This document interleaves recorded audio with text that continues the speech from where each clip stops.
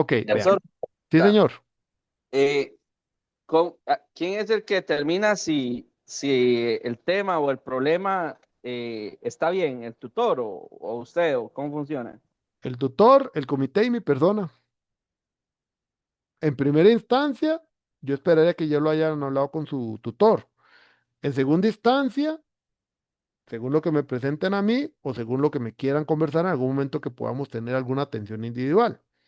Y ya en lo último del curso ya es obviamente con la valoración del comité, porque Pero es que no se les aprueba, es que ese es el punto. Usted me puede, es que es el punto, usted me puede decir, yo tengo un problema así, pero si en la redacción escribe otra cosa, usted podrá decir misa, pero lo que está escrito es otra cosa. ¿Sí me voy a entender? sí, pero ¿hay alguna probabilidad de que el comité diga que no después de que haya pasado por los primeros dos filtros? Ya, y al momento no ha sucedido porque se ha hecho un trabajo, digo que bastante bueno en ese tema. Lo que sí pasa es que obviamente van a haber algunas percepciones un poco distintas con algunas sugerencias, pero al momento no ha pasado eso. Sería, yo diría que sería algo muy catastrófico que dos de tres no piensen igual que el comité. Estaría muy raro. Lo que sí te digo es que lo que sí sucede es que el estudiante a veces dice una cosa y escribe otra. Y ahí sí no hay nada que hacer porque hasta a mí me reclaman. Porque a mí me dicen, ya, pero es que yo le dije a usted tal cosa. Le digo, sí, usted una cosa me dijo, pero lo que está escrito es otra cosa. Entonces aquí también tienen que practicar expresión escrita. De acuerdo, muchas gracias. ¿Estamos? Ok, vean, con el tema de APA. El tema de APA, nada más como por, creo que un poco de cultura general, pero también para que ustedes lo apliquen a su documento, no por el tema de formato, pero sí cultura general que conozcan de dónde sale el concepto de APA. Bueno, no sé, voy a empezar con una pregunta así tipo generadora. ¿Ustedes saben qué significa APA? No, señor. Ok. APA son las siglas de la Asociación Americana de Psicología. Empecemos por ahí. No es ninguna sigla de algo que diga referencias o algo así, no. Es la sigla de la Asociación Americana de Psicología. La Asociación Americana de Psicología creó un formato y una forma de referenciar, sobre todo cuando ocupamos indexación en cierto tipo de revistas y profesiones. Las profesiones de ingeniería, sobre todo, han adoptado este modelo porque es un modelo muy esquemático y un modelo muy cuadrado, como somos los de ingeniería, diría yo, que es por ahí por donde anda la realidad. Entonces, como es un formato muy estructurado, yo siento que por ahí ingeniería dice, "Ah, este está más sencillo".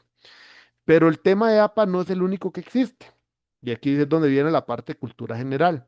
Existe el modelo Chicago, muy utilizado sobre todo en carreras de administración de empresas. Yo no sé si alguno de aquí de administración usó Chicago en su formación. Por lo menos yo sé que a nivel de la UNED, donde también estoy sacando administración de empresas, este, en algunos cursos me han pedido usar el manual de estilo Chicago, que es otro modelo de indexación y otro modelo de referenciación. Está el formato MLA, que es para lenguas. Ese sí nunca lo he usado en toda mi vida. Ese sí no sé cómo funciona. Luego, por otro lado, está en Colombia, por ejemplo, a partir de APA hicieron su propia normativa, que es la normativa Incontec. Eso es como que en Costa Rica, Inteco es, ¿verdad? Instituto Nacional de Normas Técnicas, es que se llama, o Instituto de Normas Técnicas Costarricense, Inteco es, o tampoco saben qué es Inteco. No, si es Creo que eso. sí. Ay, Sí, gracias, profe, esa es la. gracias. Entonces, es como que Inteco dijera, voy a hacer unas normas para referenciación. Lo que pasa es que en Colombia sí hay un sistema bastante interesante en las universidades, sobre todo para lo que es el tema de calificación de proyectos, complejidad de estos, impacto de una investigación para lo que son recursos y todo para investigaciones. Y ellos, en esta parte académica, Incontec, que es el Inteco de ellos, también ha creado mucha normativa en el campo como referenciación académica y todo. Y por ejemplo, en Colombia existe la NTC 1486, que es la normativa ICONTEC para referencia, muy basado en APA. Luego hay otro, el estilo Harvard, nunca lo he usado, Normas Vancouver sí lo he usado porque mi esposa es del área de medicina. Ella es terapeuta físico y para su tesis tuvo que usar Norma Vancouver, que ese se utiliza sobre todo en la parte de salud. Es otro modelo distinto. Este es el modelo que utiliza mucho la parte de los estilos con pie de página, igual el manual Chicago, el estilo Chicago es también con el de pie de página. Y aparte de ese, en la parte de ingenierías, nosotros cuando queremos publicar en lo que se llama la IEEE, para los que son sobre todo ingenieros en la parte eléctrica, electrónica y de electromagnetismo en general, deben conocer, que me imagino que saben que existe la IEEE, que es una entidad técnico, académico, profesional, o más bien profesional, pero también con su parte académica, sobre todo para crear normativas y demás, que también tiene su propia forma de referenciación y se llaman las normas IEEE de referencia. Así que ese tema de referencias, aunque a muchos les dé dolor de cabeza, lastimosamente para trabajos formales, informes técnicos, por ejemplo, y como los mismos informes de Contraloría, informes, por ejemplo, de bancos mundiales, informes de organizaciones a nivel mundial, todos utilizan algún mecanismo de referencia. Y ahí no escapa el TFG, que es un documento académico, pero que demuestra el conocimiento profesional que ustedes adquirieron. Por ende, nosotros usamos las normas APA para, sobre todo, el tema de referencias. El formato fue tal y como se los expliqué. ¿Por qué? Porque en formatos hicimos algunas variaciones, porque también APA tiene su complejidad.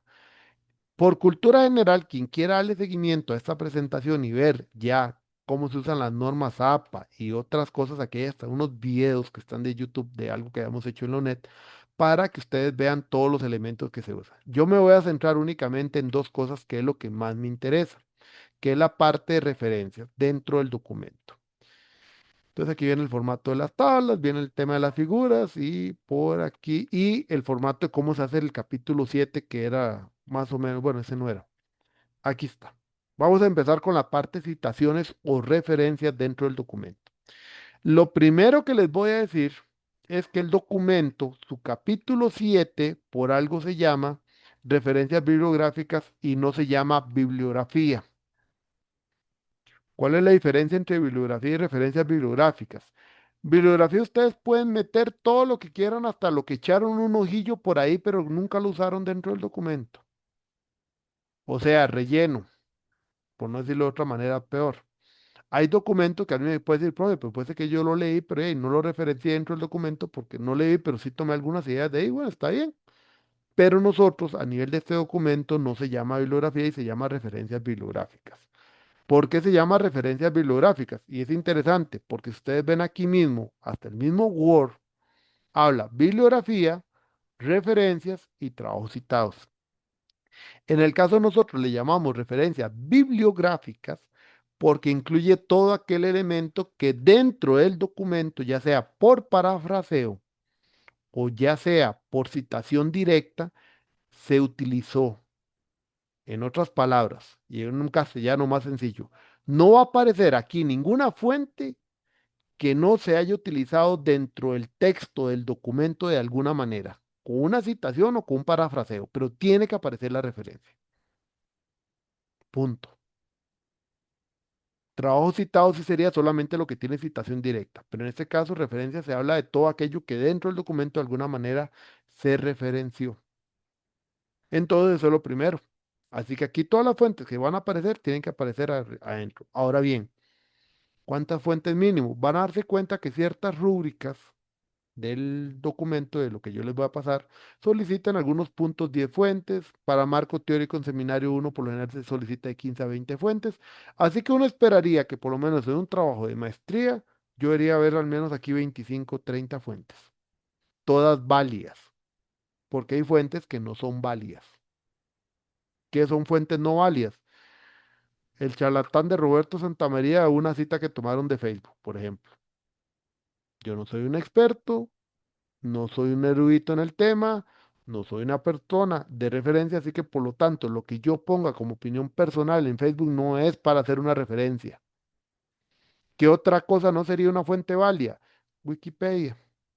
Lo siento, pero Wikipedia no se les puede validar tampoco como una fuente válida, porque Wikipedia las plataformas wiki y en especial Wikipedia permite la modificación libre. No sé si ustedes se han dado cuenta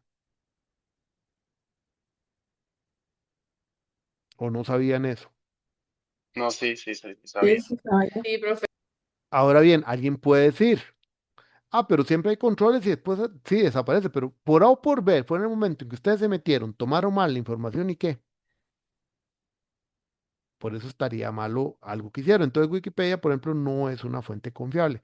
¿Qué son fuentes confiables? Fuentes confiables son fuentes que ustedes puedan tomar de repositorios que son indexados. Por eso todas las revistas tienen un ISSN. Existe el concepto de DOI, ahora que es el Digital Object Identifier, que es el identificador digital del objeto como tal.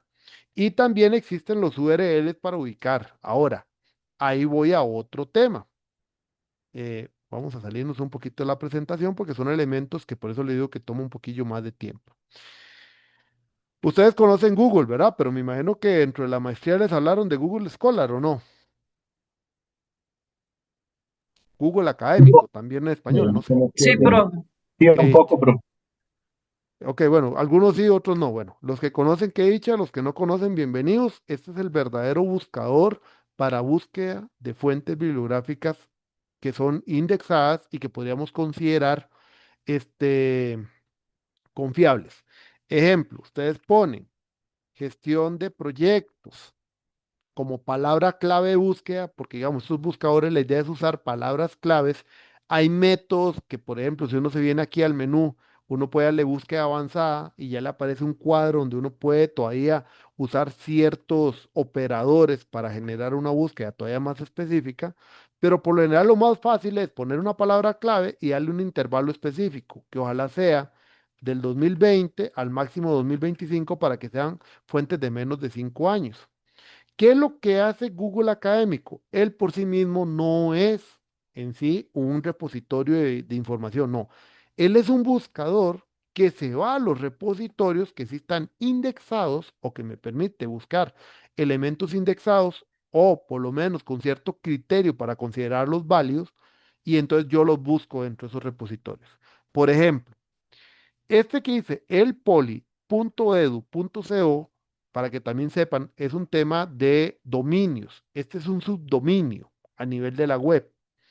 El subdominio, lo que significa edu.co es educación y el punto .co es Colombia. Entonces, este es un repositorio de educación de Colombia. El poli, que debe ser el punto principal de donde sale, yo lo veo aquí, se llama la revista Politécnica. O sea, es una revista que se publica en Colombia porque dice revistas.elpoli.edu.co, que significa son revistas, obviamente el Poli por Politécnica, dentro de repositorios o dominios que son de educación en Colombia. ¿Qué es lo que pasa? Una revista esta se supone que debería tener un ISSN, el artículo como tal tiene un DOI, véanlo que aquí tiene un DOI, ya con eso me da cierta validez, y se supone que la mayoría de estas revistas para poder publicar tienen un proceso de revisión por detrás, y eso es lo que me da la validez. Estos documentos también me vienen con formatos de cita muchas veces. No sé si aquí ya estará el formato de cita APA séptima edición. Realmente no sé si será el de APA séptima. Algunos lo indican, otros no. Ustedes podrían casi copiarlo y aquí sacar la referencia. Pero también tenemos el DOI, que es lo que después ustedes van a utilizar para buscar. Aquí nada más les estoy mostrando el repositorio, no el método de búsqueda. Ya el método de búsqueda después tendremos una clase que les voy a explicar cómo hacerlo. Ok, aquí también, por lo general, las revistas van a traer un espacio que le dice a uno, bueno, indexaciones, cuáles son los últimos más leídos, dónde está indexado.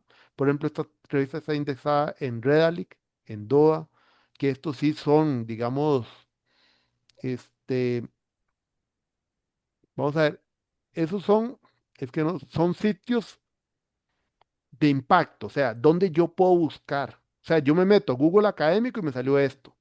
Busco Latindex, por ejemplo, y ahí también aparece esta revista indexada, lo cual también me da hasta un cierto nivel de impacto que tiene la revista y su importancia dentro del, digamos, dentro de la publicación. Eso es lo que a mí me da validez a la publicación como tal. Laura, Profe, ¿hay algún, Alguien tiene un micrófono abierto.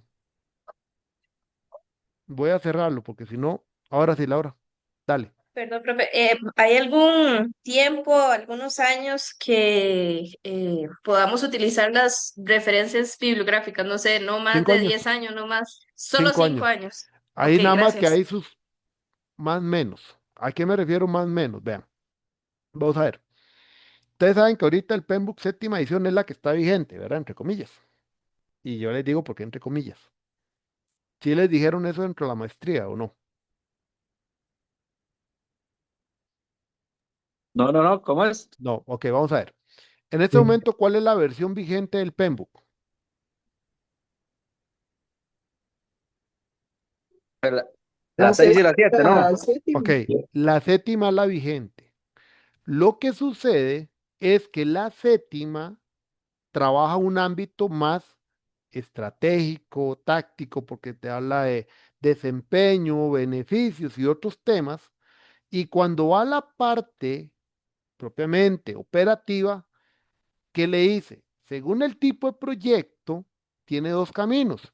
Vaya referénciese al PMBOK sexta edición o vaya agarre la guía ágil que tiene el PMI. Cierto, los que la han leído. Si no lo han leído, sepan que está así.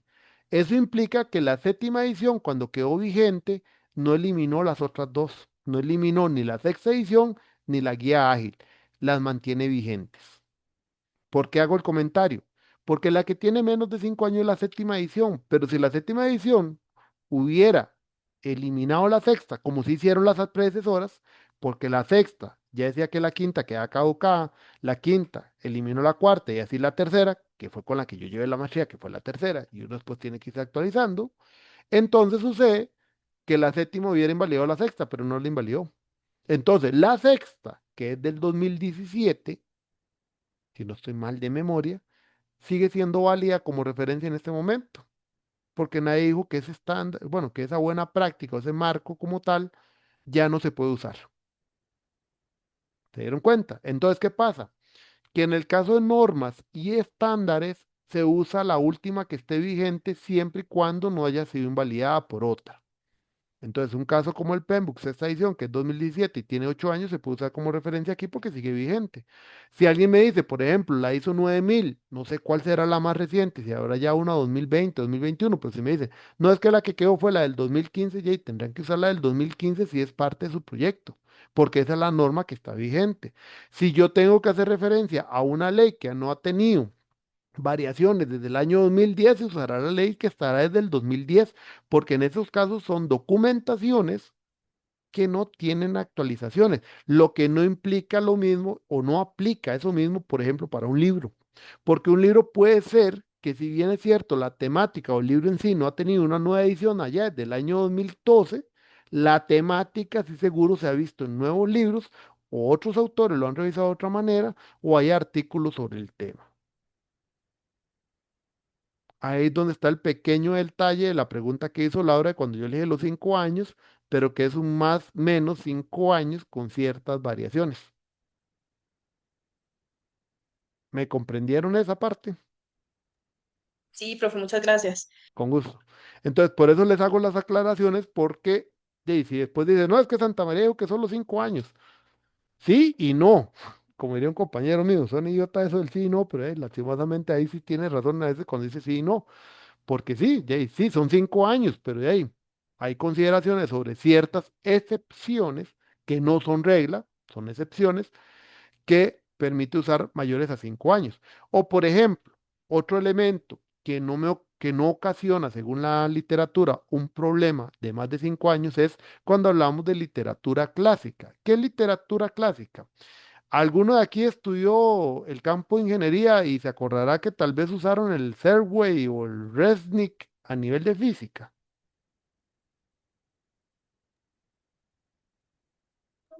Sí.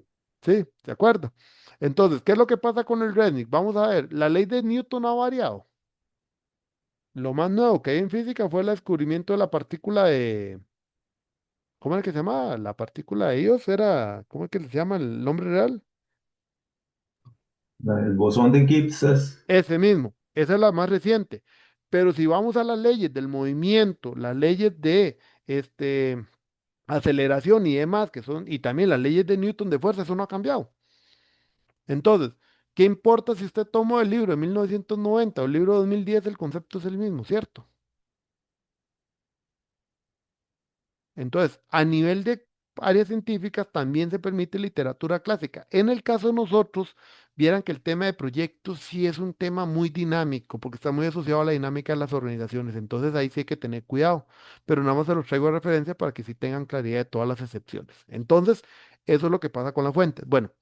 Bienvenidos a conocer lo que es entonces un repositorio de, bueno, un buscador de búsqueda de información indexada y búsqueda formal. Eso es Google Académico.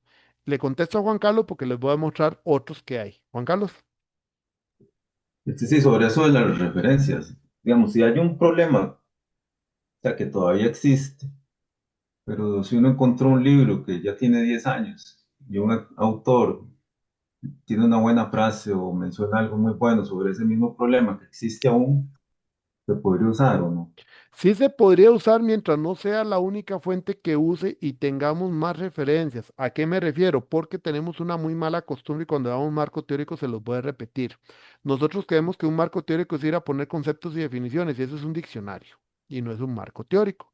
Entonces, si yo pongo un concepto de proyecto que perfectamente podrías tomar hasta el concepto del PMBOK, tercera edición allá, el do- año 2008, que puede ser el mismo, la sexta, si usted también incluye fuentes que van actualizando dicho concepto, perfectamente podrías usar esa fuente, pero siempre va a quedar la regla que de esas 25, 30 fuentes que tengas que meter al documento, el 80% sí sea de menos de 5 años. Y esa utilización de esa fuente la puedas combinar con otras fuentes que vayan actualizando. Porque, por ejemplo, la del PEMBU hace 15 años, el tema de agilismo apenas era como una tendencia. Ahorita el agilismo es una realidad. Entonces ya nos cambia ciertos conceptos, ¿verdad? Porque se acuerdan que el concepto más tradicional del PMBOK es un producto definido. Ahora el concepto con el agilismo es que sabemos que tengo que dar un producto, pero eso está completamente definido desde el inicio. Entonces ven cómo hay variaciones. Entonces eso para que nada más lo tomes ahí en cuenta. Pero no implica que no la puedas usar. Verás. Con gusto. Ok, también a nivel de universidades, cada universidad tiene sus ciertos repositorios. En el caso del TEC se llama repositorio TEC, que es un repositorio donde ustedes pueden buscar información de tesis relacionadas. Lo que pasa es que cuando las tesis se declaran confidenciales, que nadie me preguntó sobre el tema, las tesis no van a aparecer públicas acá.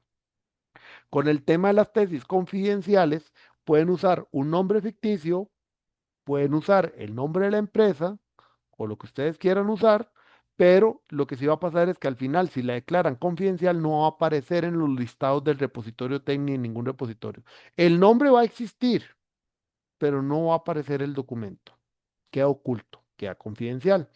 En el caso de la maestría, se les acepta usar un nombre de fantasía o, dado caso que ustedes van a poner el nombre de la empresa, entonces como obviamente trabajamos muy confidencial, siempre que la empresa les permita, entonces pueden usar el nombre de la empresa, pero al declarar confidencial, y eso se declara hasta el segundo seminario, y le dicen a Milton, la defensa queda confidencial. ¿Y qué significa la defensa confidencial? Solamente van a presentar ustedes y el comité. No pueden agregar a la familia, porque eso nos pasó con una persona. Digo, confidencial. Y cuando vio entrar, le hizo Milton una pregunta, pero ¿por qué tengo aquí 10 personas que quieren entrar a la sesión virtual de la defensa? Ah, es que es toda mi familia. Y le dijo Milton, lo siento porque usted declaró confidencial. Podrá ser su familia, pero si usted declara algo confidencial es porque usted ocupa que nadie más del público general lo vea. Entonces, o era confidencial o no es confidencial. Entonces, para que tengan en cuenta que cuando declaran confidencial sucede eso a nivel de la virtualidad, que solamente, digamos, va a estar el comité y ustedes. Eso en la defensa del seminario 2. Y es cuando ya entregan el documento final que le dicen a Don Milton, yo la voy a declarar confidencial para que en el repositorio TEC no aparezca. Ese es el repositorio TEC. Luego, hay un repositorio Conare que se llama, ¿qué, qué era? ¿Qué, Kergua? No sé si lo estoy diciendo bien, porque creo que esto era bribri, el lenguaje. Así que me perdonan ahí si no sé, no manejo ese idioma. Entonces, aquí hay un repositorio que es, bueno, este es el de la Universidad de Costa Rica. Hay uno de CONARE también, que ahorita le busco el nombre. Este repositorio también puede servir para buscar información de revistas y demás, que por lo general está muy referenciado a los de cada universidad. Por ejemplo, el TEC también tiene la revista TEC en Marcha, es que se llama. Y hay varias revistas a nivel de TEC que también tienen su propio repositorio de búsqueda como tal. Entonces uno puede buscar artículos dentro del propio Tecnología en Marcha, es que se llama, perdón. Entonces así las revistas tienen sus propios repositorios. Esos son repositorios que llamamos de fuentes confiables. Por el hecho de que un proceso de indexación, un proceso de revisión que nos permite certificar. Y obviamente las tesis también se supone que por el mecanismo de validación que tienen las diferentes carreras lo hacen un documento de validez. Ahí es donde ustedes tienen que buscar información. ¿Ven? Entonces, ya llegamos a las 7. Entonces estamos hablando de la citación, me desvía el tema de referencias. Entonces voy a empezar ahorita, después del receso, sería a las 7:20, a explicar lo de las citaciones, propiamente el parafraseo y ya la parte de uso de las referencias como tal. Y también la introducción de algunos software que podrían utilizar si su Word no tiene lo de la sexta edición para que lo puedan hacer de manera automática. ¿Dudas al momento?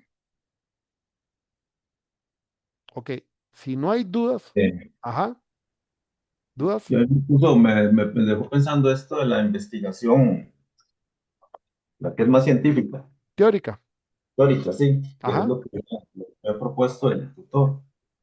Eh, ¿Qué tan probable es eso? O sea, para que le alcancen uno los tiempos. De ahí, los estudiantes lo han hecho, pero sí lleva bastante trabajo. Sí, porque, digamos, lo mío involucra la inteligencia artificial, estoy aprendiendo. Eh, Entonces, ahí yo lo que te recomendaría es, tal vez lo conversamos ahora, vemos a ver qué tanto estás, y si quieres seguir con el tema, lo que podría decirle es que hable con Don Milton de lo que la temática. Con eso valora el tiempo, tal vez ver qué tanto ha profundizado y puede profundizar en estas primeras máximo 3, 4 semanas, sobre todo para la creación del estado del arte, porque el estado del arte sí va a llevar un trabajo bastante fuerte. Y si no hay valorar con Milton, tal vez, no sé, la opción del incompleto para en el otro bimestre o realmente buscar una temática, ¿cómo se el, llama? Una temática práctica. el estado de arte sí he avanzado yo. Ah, bueno, entonces si lo tiene avanzado está bien. Es Tengo que algunas cuentas que ya son viejillas. sí, lo que habría que buscar es tratar de actualizarlas porque sí, el estado del arte, para construir un estado del arte sí tiene que ser casi que esta época, porque usar una fuente de hace 10 años con la inteligencia artificial y lo que ha avanzado la inteligencia artificial en la actualidad, lo mismo de hace 10 años no es lo mismo de hace 2 años. Más que todo eso es, bueno, me he enfocado en los riesgos. Entonces, Igual, es lo mismo, porque es que el mismo concepto de inteligencia artificial de lo que hace 10 años se veía como inteligencia artificial, aunque algunos fundamentos se mantienen igual, ha avanzado mucho a lo que vemos en la actualidad, ¿verdad? hace 10 años yo creo que no existía eso. El concepto, si vieras que siempre ha existido, el concepto como desde los Ajá. 90 se ha manejado la idea, lo que pasa es que se veía un poco diferente, porque se hablaba más del autómata, pero no el autómata según la versión que vemos ahora, sobre todo con el tema de aplicativos. Entonces ahí es donde ha cambiado bastante la visión. Pero igual lo podemos conversar ahora si hubiera un chance, ¿está bien? Gracias. Ok. Listo. Ok, voy a dar aquí pausa.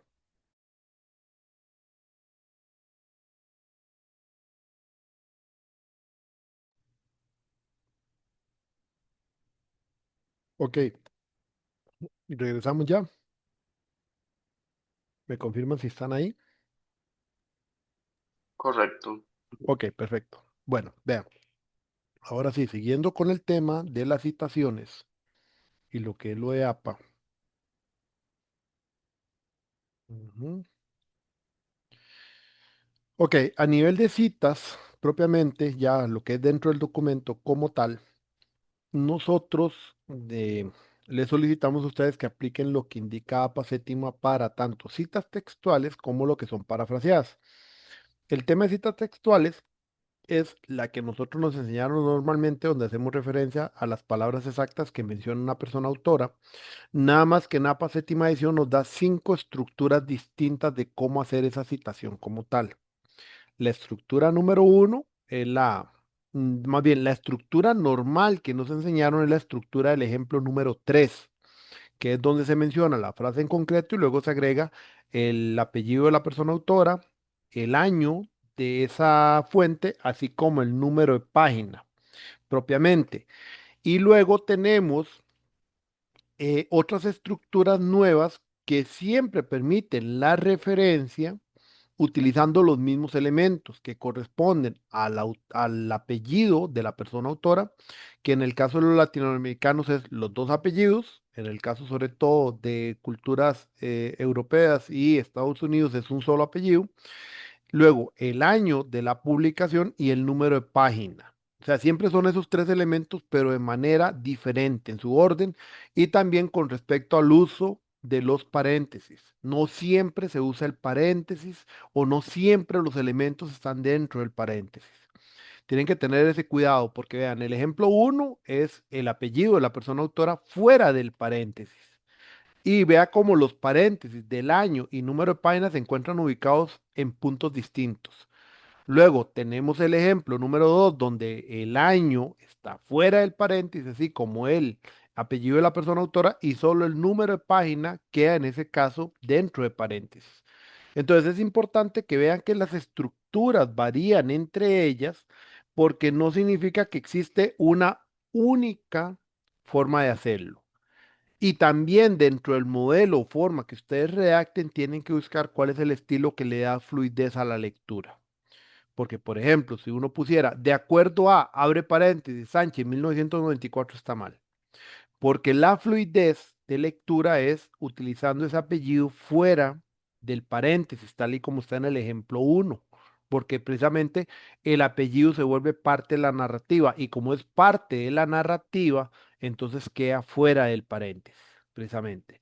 Entonces, estos son los 5 maneras de hacer citaciones, lo que llamamos textuales, o sea, directo de las frases que dice la persona autora y que ustedes trasladan al documento como tal. Ven, ahora existe, bueno, en el tema de cuando usamos como referencia o entre paréntesis, organizaciones a las cuales se les puede usar la sigla, como por ejemplo organizaciones de Naciones Unidas y es ONU, entonces esta es la manera correcta. La primera cita en el texto con respecto a esa organización, o como les va a pasar a ustedes con el PMI, el Project Management Institute, la misma situación, porque van a poner en la primera cita el nombre completo y entonces entre corchetes ponen PMI.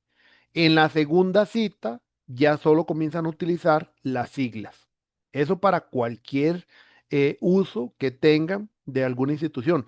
Y si es un ejemplo de cita textual, pero narrativa, donde el nombre de la organización como tal aparece o es parte de la prosa, entonces se pone el nombre completo y entre paréntesis es que se pone la sigla y luego se sigue usando únicamente la sigla. O sea, la primera vez que mencionemos a una organización van a poner el nombre completo y entre paréntesis van a poner la sigla y posterior a eso ya siguen usando las siglas. Eso también me recuerda que es importante que ubiquen que el autor del PEMBOK es el PMI, porque a veces pone según el PEMBOK 2018, no. El PEMBOK es el nombre del documento. El autor, que en este caso es un autor organizacional, es el PMI. Entonces sería, según el Project Management Institute, entre paréntesis, PMI, 2018, la primera vez, y en la subsecuente siempre se va a decir, según el PMI, año tal, X, Y, Z. Entonces, eso para que lo tomen en cuenta con el tema de las citaciones donde la autoría corresponde a una organización, no una persona como tal. Catherine, Profe, antes se usaba mucho que uno ponía eh, el Project Management Institute, conocido de ahora en adelante como PMI, ya eso entonces no se usa. no lo ocupas porque para eso Ah, entre paréntesis pone PMI directamente.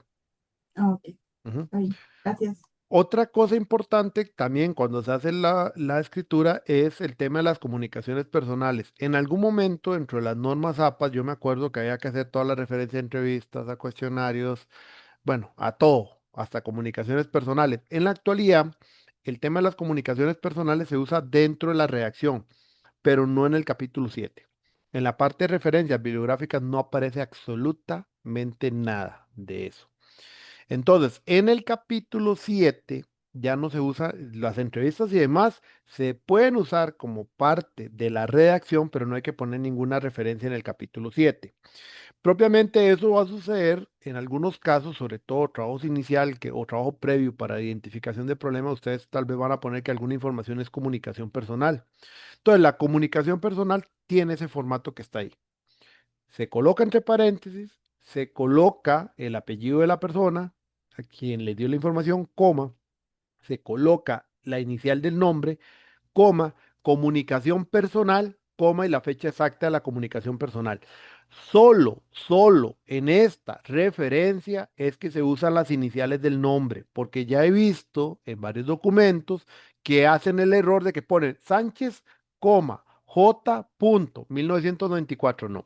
Si es una referencia de un documento, literatura, artículo, libro, elemento de ese tipo, no lleva iniciales del nombre. Solamente cuando son comunicaciones personales es que se coloca la inicial del nombre, nada más. Y solamente se utiliza esta estructura dentro del documento. En capítulo 7 no se utiliza. O hasta puede ser, según se entrevistó a Marry, J. eh, según vamos a ver, para hacer la reacción correcta a la idea. Según indicó Marry, J, serias medidas han sido tomadas por la alcaldía para prevenir el suicidio de adolescentes. Entre paréntesis, comunicación personal, fecha. Porque en ese caso la persona que me da la información también se vuelve parte de la reacción. Esas son las variaciones que pueden tener con el tema de comunicación personal. En ese caso, comunicación personal sí casi que nunca va a salir directamente de los paréntesis. Otra cosa que se comunica o que se denomina actualmente comunicación personal son los emails y los mensajes en grupos de WhatsApp. Si alguna información de ustedes sale de algún grupo de WhatsApp o sale por un email o algo así, entonces ahí lo van a utilizar como comunicación personal. Ahora bien, está el otro modelo, que era lo que llamamos las citas parafraseadas, donde una cita parafraseada, ¿cómo se llama? Es una referencia a un documento, pero que no se toma textualmente la información de la fuente, sino lo que se hace es una reinterpretación, obviamente, si cambiar la idea principal de lo que la persona autora quiso decir en ese documento. Entonces, si nosotros leemos un artículo, leemos 2 páginas y de ahí lo que sacamos es una idea principal, que puede ser una o 2 líneas, esas 2 líneas es un parafraseo de esas 2 páginas. Eso es correcto también y es para mí el estilo más recomendado para ustedes para no llenarse de citas textuales, porque ahorita les voy a decir un tema o una consideración que hay que tener con el tema de plagio. ¿Por qué? Vamos a ver, en el parafraseo uno también construye. Hay una reinterpretación para colocar con palabras de uno la idea principal que esa persona autora dio. Por lo tanto, demuestra que hay una lectura y también una comprensión de parte de ustedes. El problema con las citas textuales es cuando se abusa de ellas. Salen con la historia de decir, es que agregué una cita textual y yay, son más de 40 palabras, son como 3 párrafos seguidos. ¿Y para qué sirvieron 3 párrafos seguidos copiados textualmente del documento? O sea, ¿qué se buscaba con eso? Y ha habido casos, no he pasado la maestría, pero a mí sí, obviamente en la universidad, donde me llegan estudiantes con trabajos donde prácticamente son 3 páginas de una fuente, 3 de otra y 3 de otra. Pero ingenuamente o muy astutamente ponen la cita inicial en la primera página y cierra hasta la tercera página. Entonces, ¿cuál fue la producción que hizo? Porque parte de un documento es ver la producción que el estudiante tiene o la persona estudiante tiene. Entonces, ¿qué conlleva esto? Que finalmente eso es casi un plagio, porque no hay producción, no hay construcción de ideas, es simplemente copiar y pegar por más que pongan referencias. Por eso es que la cita parafraseada yo la prefiero 1000 veces porque hay una comprensión, o sea, hay una lectura previa para llegar a una comprensión.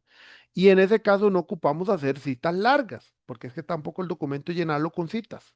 No, eso no es el énfasis es poder leer y poder construir a partir de lo que uno va encontrando y leyendo y construyendo. Entonces, El tema del parafraseo yo lo veo bastante útil en esa función de comprensión, lo que va a permitir muchas veces poder agregar cierta información que porque ya está diseminada en todo un artículo y lo puedo resumir.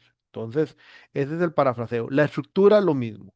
Siempre conlleva los elementos de, ¿cómo se llama? El apellido de la persona autora, el año y en algunos casos número de página. Según APA, si no se tiene el número de página como en sitios web, debería usarse el número de párrafo, pero eso ya es un poco más complejo. Así que realmente con utilizar, en este caso, el parafraseo, el apellido de la persona autora y el año, con eso más que suficiente. Ya con eso se puede lograr una buena citación, porque al final de cuentas lo que interesa es lo que vamos a ver más adelante, que son las referencias. Bueno, está el tema también de lo que es el parafraseo largo. De más de 40 palabras ya se considera un parafraseo largo, pero en el caso como es un parafraseo, no lleva un formato diferente como si ocurre con las citas. Porque las citas de más de 40 palabras, como son párrafos independientes, prácticamente hay que ponerlas de esa manera, como diferentes párrafos. Entonces llevan una estructura de forma, como esta que están viendo, donde, por ejemplo, si la cita son 2 párrafos, el primer párrafo hay que escribirlo justificado, pero tanto a la izquierda como a la derecha, a 1,27 del margen, y el segundo párrafo lleva adicionalmente una segunda sangría en la primera línea con justificación a la derecha, y entonces al final se coloca, por ejemplo, la cita o se hace al inicio, como acá, pero al final se pone el número de página. Pero vean que la estructura para saber que es una citación larga conlleva trabajar párrafos independientes. Entonces, mientras que un parafraseo largo no, porque un parafraseo largo al final es una explicación dentro de todo un párrafo.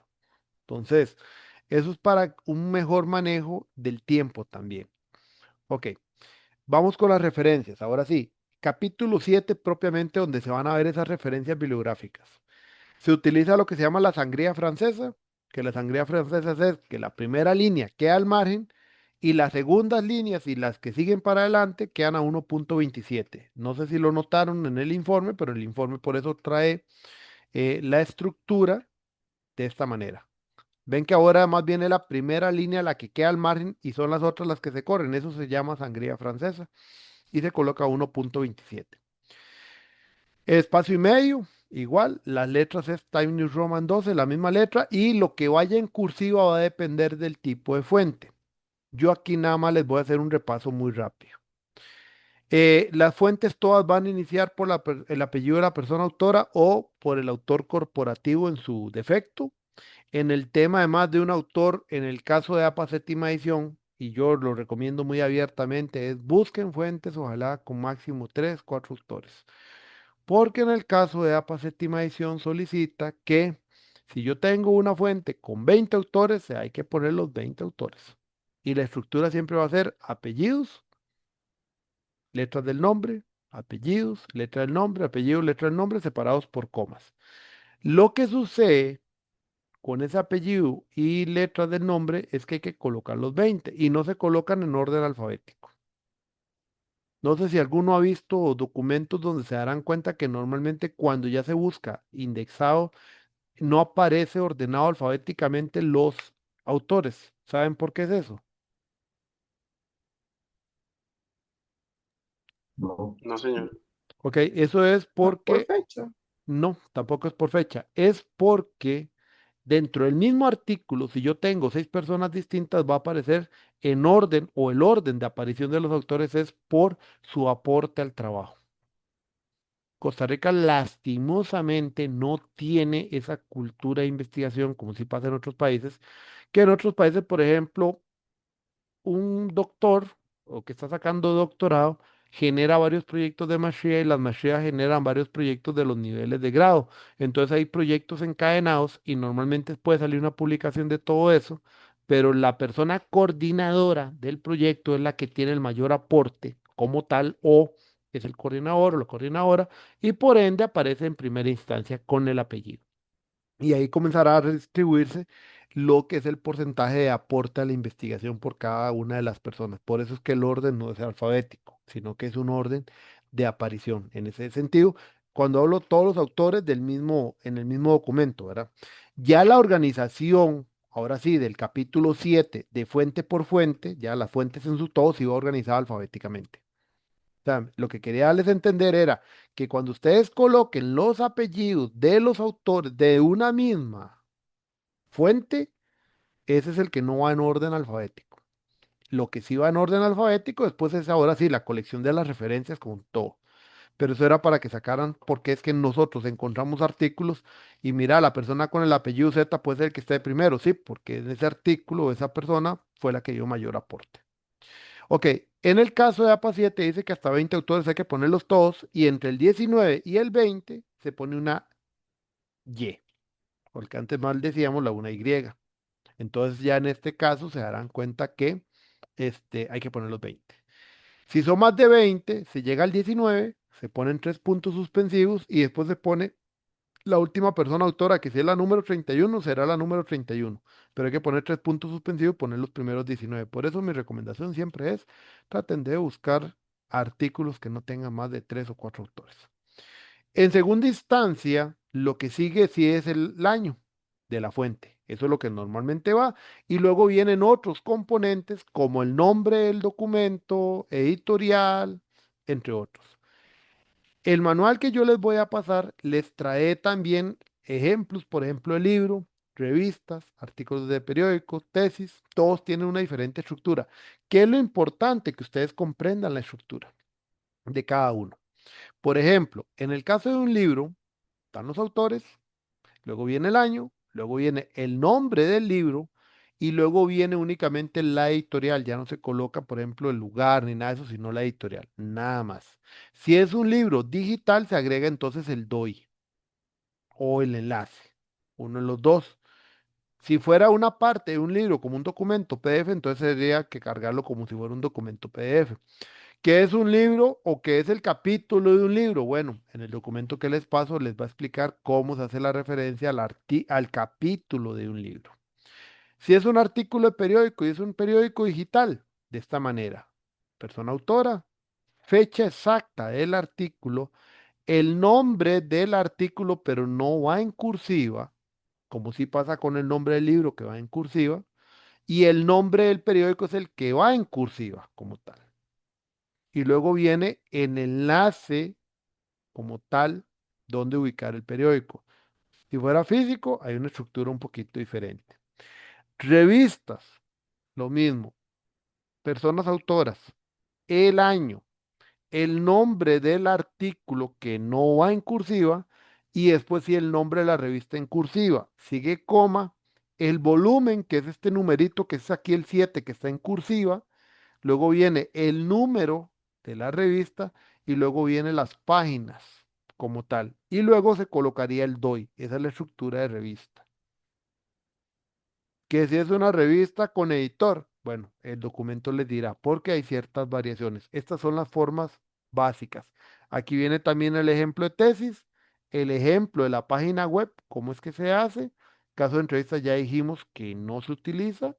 Luego tenemos leyes y documentos legales, que es otra estructura completamente distinta. El de informes, que eso es común usarlo en el proyecto de ustedes.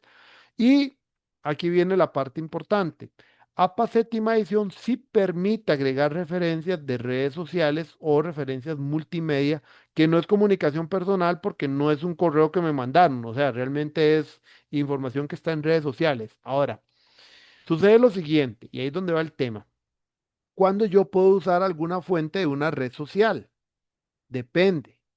¿De qué depende? Depende de quién es la persona o la organización que hace el posteo.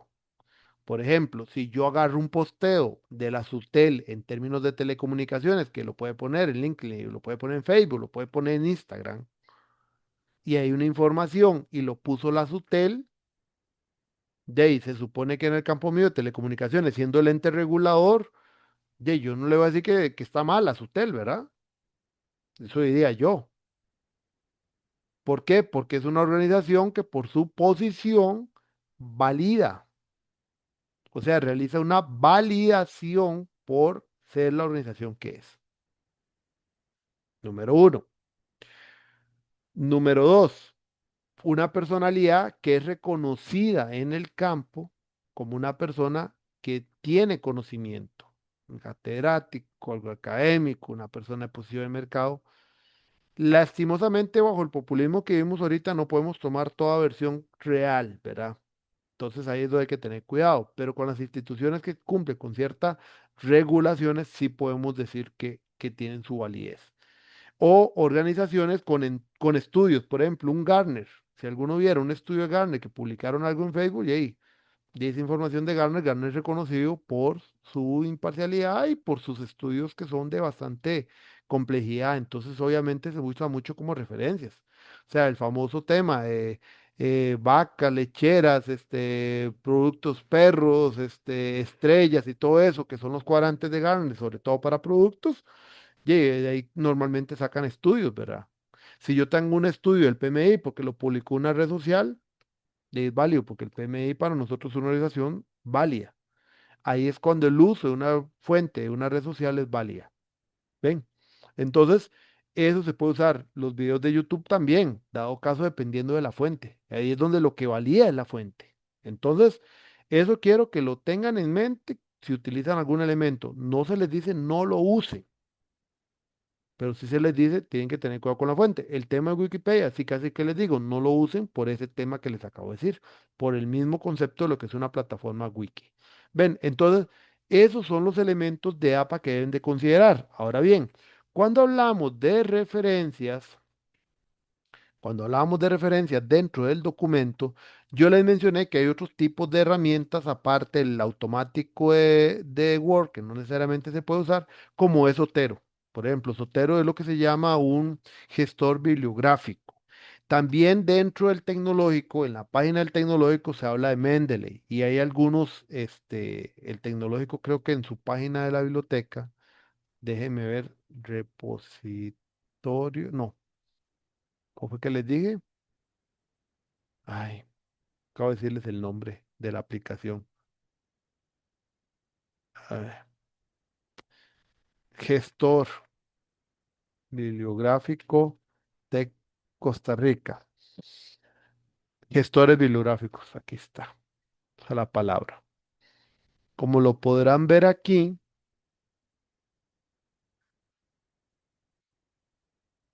vamos a ver si carga. Hay una página dentro del TEC, no me acuerdo si está en TEC Digital o demás, y hay unos videos por ahí y a veces dan capacitaciones sobre el uso de estos gestores. Digamos, yo el que, sí, no sé qué será lo que no. Vamos a ver si en la biblioteca. RefWorks es otro que permite también. Aquí está gestor bibliográfico, pues este es del 2016. Yo sé que hay unos más cercanos que han estado dando. Gestión de citas y referencias bibliográficas, pues esto no sé qué será. Bueno, hay cualquier cosa lo buscan. Hay unas capacitaciones y demás, porque yo sé que el TEC tiene el Mendeley y otros. Ah, mira, ya abrió que dicho. Aquí está RefWorks, EndNote Web, EndNote Web y Mendeley. Pero entonces aquí vienen cómo crear la cuenta, qué tienen que hacer y después también algunos videos de cómo usarlo. Por ejemplo, el caso de Sotero. Sotero es una aplicación o es un plugin en realidad, un API que ustedes descargan de sotero.org, es gratuito y ustedes lo pueden instalar y lo pueden instalar para Mac, para Windows, para Linux, para iOS, para Android, para todos. Esta descarga queda finalmente queda en todo lo que tengo abierto. Ok, queda instalado en el escritorio, aquí arriba lo tengo yo, y se instala automáticamente en su programa Word, aquí. Cuando yo voy a usar Sotero, yo tengo que abrir la aplicación para acá, y en Sotero yo tengo que crear la fuente. Déjenme ver si se abre, que se supone que ya abrió. A ver, está cargando. Ah, qué bueno ahora para darme un error. Déjenme ver si carga porque está lerdo. Acabo de cerrar mejor. Ahora abrió. No le digo. Ok, yo lo que normalmente recomiendo, y yo lo usé también para mis tesis, una que saqué hace como 2 años de una maestría, es crear un una carpeta, esa carpeta nueva es su TFG, y yo comienzo a agregar aquí los títulos y las fuentes que voy referenciando. Entonces, ¿qué es lo primero que hay que hacer? Escoger el tipo de artículo o documento. Aquí vienen unos ejemplos, vienen más, artículos, enciclopedia, revista, viene la mayoría. Lo que no creo que viene sitio web, entonces ahí se puede usar algún otro de estos semejante. Y por ejemplo, si yo le digo quiero cargar un libro, bueno, ahí es documento, perdón, me abrió el documento, ya me pide los campos más representativos. Obviamente son los campos asociados al APA 7 que yo ocupo. Una vez que yo cargo toda esta información, ya aparece automáticamente aquí la fuente. Vean que no he cargado. Si yo le pongo aquí, no sé, SSS, y aquí me apareció la fuente. O sea, automáticamente me va a aparecer algo. Yo la voy a eliminar porque obviamente no la ocupo. Nada más déjeme darle aquí. La quiero eliminar. Entonces vean que, por ejemplo, yo tengo artículos aquí cargados. Voy cargando autores, la información más importante. Y después, cuando yo me vengo al documento, yo vengo, por ejemplo, y estoy escribiendo aquí y yo quiero agregar la fuente, entonces yo abro el, el API aquí de Sotero, le digo agregar o editar una citación, o sea, una cita, él me va a abrir, por eso ocupo tener el programa abierto, yo le digo vista clásica y él me dice, bueno, en las carpetas que está trabajando, ¿cuál es la fuente que quiere agregar? Supongamos que yo quiero agregar esta. Aquí dice criterios para determinar. Él me lo agrega aquí, la citación, ven, Torrillo Salva 2020, si este es el estilo, ¿verdad? Porque si no, yo debería venir acá, volverla a marcar, eliminar, volver a hacer el mismo elemento, porque si yo lo que quiero es nada más usar el nombre, no la persona, sino tal vez el año, entonces yo puedo venir aquí, le digo omitir autor, pero eso sí, póngame el número de página 20 y ya me agregó solo el año y el número de página, ¿se acuerda? Uno de los estilos de citación. O solo el año, porque también puede ser que no le ponga la página. Pero yo me voy a las bibliografías y si esto está automático, él mismo ya aparece aquí acomodado. ¿Lo ven? Y lo va acomodando de una vez automáticamente. Y lo va acomodando de una vez alfabéticamente dentro del capítulo 7. Entonces, técnicamente, cuando ya ustedes agregan, o sea, el trabajo principal es agregar toda esta información de la fuente aquí, luego nada más ya lo empiezan a jalar. Lo van colocando donde lo ocupen y automáticamente aquí en el capítulo 7. La primera vez que yo tengo y agrego, obviamente, las referencias, tengo que venir aquí donde dice agregar o editar bibliografía y él va a buscar la información que yo tengo, o sea, las referencias que yo he agregado. En este documento hay 3 nada más. Entonces, por el momento le digo, ok, agréguelas. Lo que pasa es que son las mismas. Tendría que volver a borrar todo, decirle agregar o editar bibliografía y él con solo eso automáticamente me busca las que están referenciadas dentro del documento y con ello me crea la bibliografía. Entonces ya sea que lo vayan haciendo la primera vez que ponen la primera fuente, de una vez hacen esto y así automáticamente cada vez que van agregando algunas parafraseos, cita o lo que sea, automáticamente van apareciendo acá y se van ordenando de una vez alfabéticamente. Esa es la ventaja de lo que son los gestores bibliográficos, porque facilitan ese trabajo de esa manera. ¿Lo ven? Ok, tienen las diferentes aplicaciones. Mendeley trabaja también a su manera, lo que llaman valores, bueno, para indexación. Y cada uno tendrá sus diferencias. RefWorks también. Ustedes pueden usar la aplicación que sea mientras les ayude con APA séptima edición. Si no es APA séptima edición, entonces ahí sí estamos mal. Por lo tanto, ahí es para que lo consideren. ¿Dudas, consultas de esta parte?